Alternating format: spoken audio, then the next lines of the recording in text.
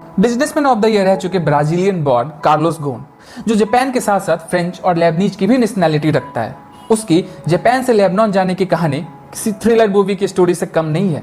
Company की बात करें तो Michelin North America, Autoways, Renault, Nissan, Mitsubishi Motor, ये सब के चेयरमैन और सीईओ भी रह चुके हैं। साथ ही रेनॉल्ट निसान मित्सुबिशी अलायंस, जिसका मार्केट शेयर 10% से भी ज्यादा है, उसके भी चेयरमैन और सीईओ रह चुके हैं। आपको बता दूं कि he is among the top paid executive और उनकी सैलरी लगभग 17 मिलियन यूएसडी है। इसके बावजूद क्या बात हुई कि इन्हें जापान छोड़कर लेबनान जाना पड़ा, वो भी इतने ड्रामेटिक अंदाज में। और लेबनान ही क्यों, एक टाइम पे ये Titan of the car industry में आते थे और तो और जापान के लिए तो ये हीरो थे, पर देखते ही देखते कंट्री के most well known criminal suspects में से एक हो गए। आइए जानते हैं मिस्टर कार्लोस की हीरो से इंटरनेशनल फ्यूजिटिव बनने की पूरी कहानी। Let's explore in detail. Hello and welcome to investment. Mister Fixit कहे जाने वाले कार्लोस दरअसल 1999 में निसान को बैंकरप्सी से फाइनेंशियल सक्सेस पे लाने के लिए जाने जाते हैं। इनकी लाइफ बिल्कुल शांत और अच्छी चल रही थी। फिर अचानक से एक दिन निशान की इंटरनल ऑडिट और इन्वेस्टिगेशन टीम को मिस्टर कार्लोस पे कंपनी के फंड के मिसयूज करने का शक हुआ। नवंबर 19, 2018 कार्लोस की हंसती खेलती जिंदगी में मानो तबाही ले आया हो, जब टोक्यो डिस्ट्रिक्ट प्रोसिक्यूटर ने उन्हें कस्टडी में ले लिया। कस्टडी में जाते ही उन्हें निसान के बोर्ड ऑफ डायरेक्टर से भी हटा दिया गया।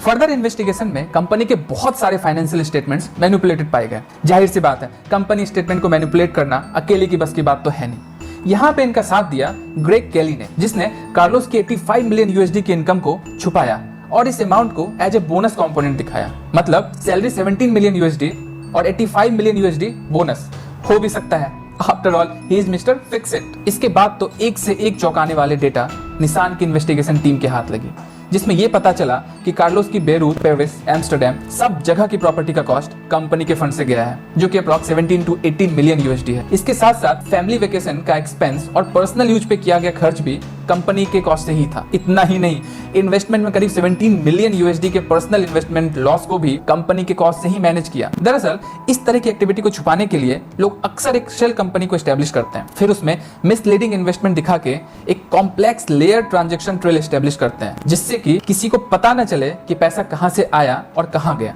मिस्टर कार्लोस ने भी ऐसा ही किया। जीए कैपिटल के नाम से एक कंपनी एस्टेब्लिश किया और इसके थ्रू अपने सारे एक्सपेंस को मैनेज करना शुरू कर दिया। अभी तक टोटल कितने पैसों की चोरी हुई है, इसकी जांच अभी भी जारी है, पर हाँ 150 मिलियन यूएसडी तो कंफर्म है। अरेस्ट के बाद बेल होने ही वाली थी कि फिर से एक फर्जी कंपनी के थ्रू 8 मिलियन यूएसडी की चोरी का पता चल गया। इसके बाद तो कार्लोस ने जिस जिस कंपनी में काम किया, सारी ही कंपनी को अपने फाइनेंशियल चेक करने के लिए कहा गया। रेनॉल्ट की 11 मिलियन यूरोज की स्टेटमेंट्स मैनिपुलेटेड पाई गई। उसके लिए फ्रेंच गवर्नमेंट ने इन्वेस्टिगेशन के ऑर्डर भी दे दिए और अभी इन्वेस्टिगेशन जारी भी है। 1 महीने जेल में रहने के बाद करीब 9 मिलियन यूएसडी पेनाल्टी देके बेल पे रिहा हुए कार्लोस को ऑलमोस्ट हाउस अरेस्ट कर लिया गया था।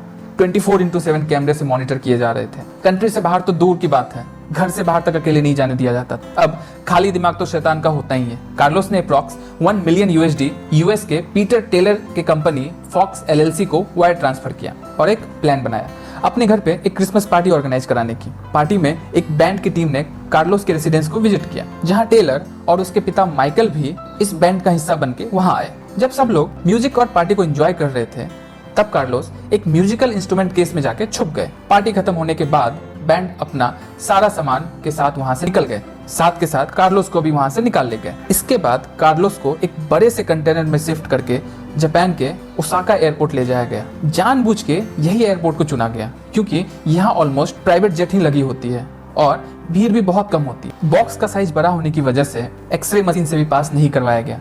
कंटेनर में क्या है ये किसी को भी नहीं पता चला, खुद प्लेन के पायलट को भी नहीं पता था कि बॉक्स में क्या है। इसके बाद कंटेनर को इस्तांबुल के लिए भेज दिया गया और फिर इस्तांबुल से Lebanon.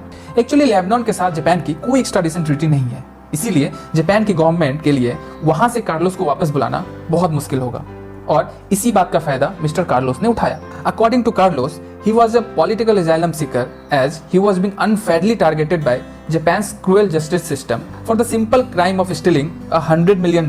He told a news conference in Beirut that he would clear his name despite being on the run and joked that he was used to mission impossible. इसे कहते हैं एक तो चोरी ऊपर से सीना जोड़ी। हालांकि देखा जाए तो ये मिशन इम्पॉसिबल ही था। जापान जैसे कंट्री की हाईटेक और टाइट सिक्योरिटी को स्किप करके दूसरे कंट्री भागना ऑलमोस्ट इम्पॉसिबल ही था। वैसे तो इंटरपोल ने ऑलरेडी रेड नोटिस इशू कर रखा है कार्लोस के अरेस्ट और एक्स्ट्राडिशन के लिए, पर एक्चुअली लेबनान की गवर्नमेंट यह कह के बच रही है कि मिस्टर कार्लोस बिल्कुल सही तरीके से कंट्री में एंटर किए हैं and carrying original documents and identity. भले ही कार्लोस कह रहे हो कि ये सब कुछ उसने अकेले ही प्लान किया है और कोई फैमिली मेंबर इसमें इन्वॉल्व नहीं है, पर इनकी वाइफ कैरोल का एस्केप कराने में बहुत ही बड़ा हाथ है। ऑल्दो पूरे प्लॉट के mastermind Taylor and his father ex Green Beret Michael were arrested by US at the request of Japanese government. But let's see mister Fixit को जापान वापस ला पाते हैं या नहीं क्योंकि इंडिया तो आज तक विजय माल्या को वापस नहीं बुला पाई है, जबकि यूके के साथ तो हमारा एक्स्ट्राडिशन ट्रीटी भी है। ऐसे में देखना यह होगा